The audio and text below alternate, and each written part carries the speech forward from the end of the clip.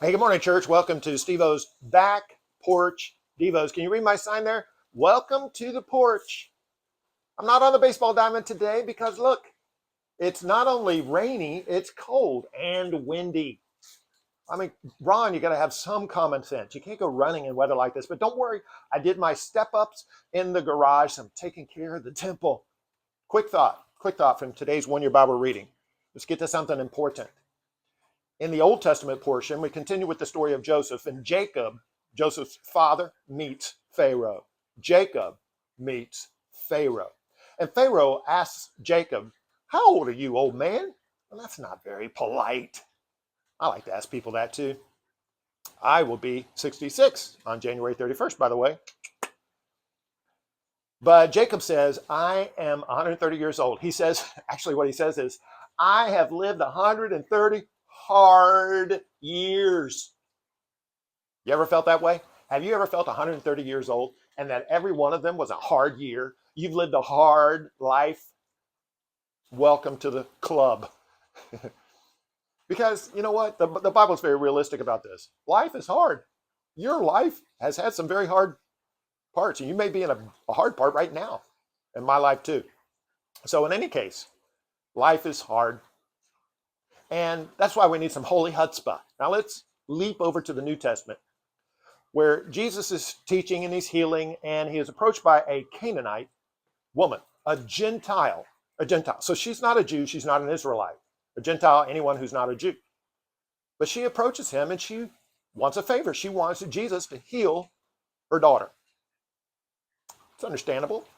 So she's asking. She's asking for this. You know what Jesus does? He doesn't even answer. He doesn't even answer. That doesn't seem very Christ-like. But she keeps asking.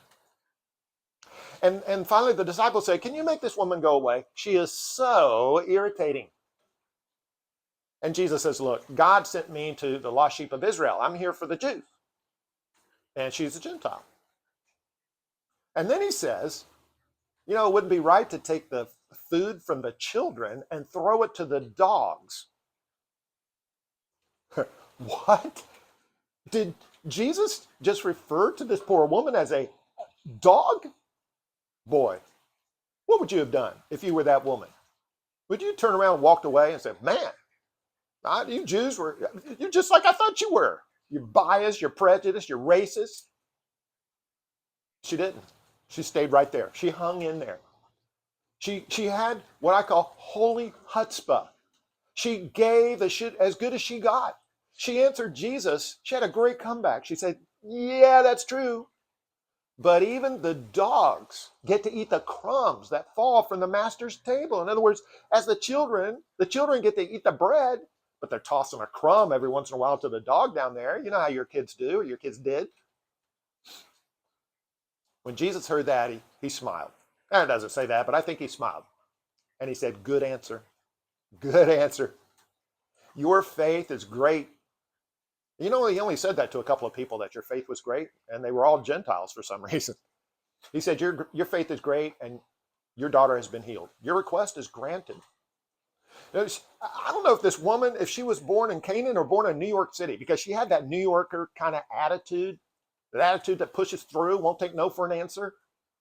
God seems to like that attitude in prayer. If you've come to God with a prayer request and he said no, or maybe allowed into your life or put in your life the very opposite of what you were asking for, don't quit. Don't get mad and angry with God. "Oh, God, if that's the way you are, I'm not going to worship you anymore."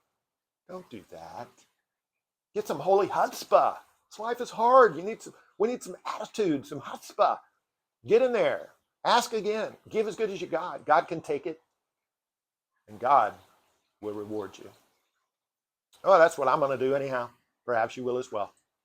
God loves you, my chutzpah friends, and so do I.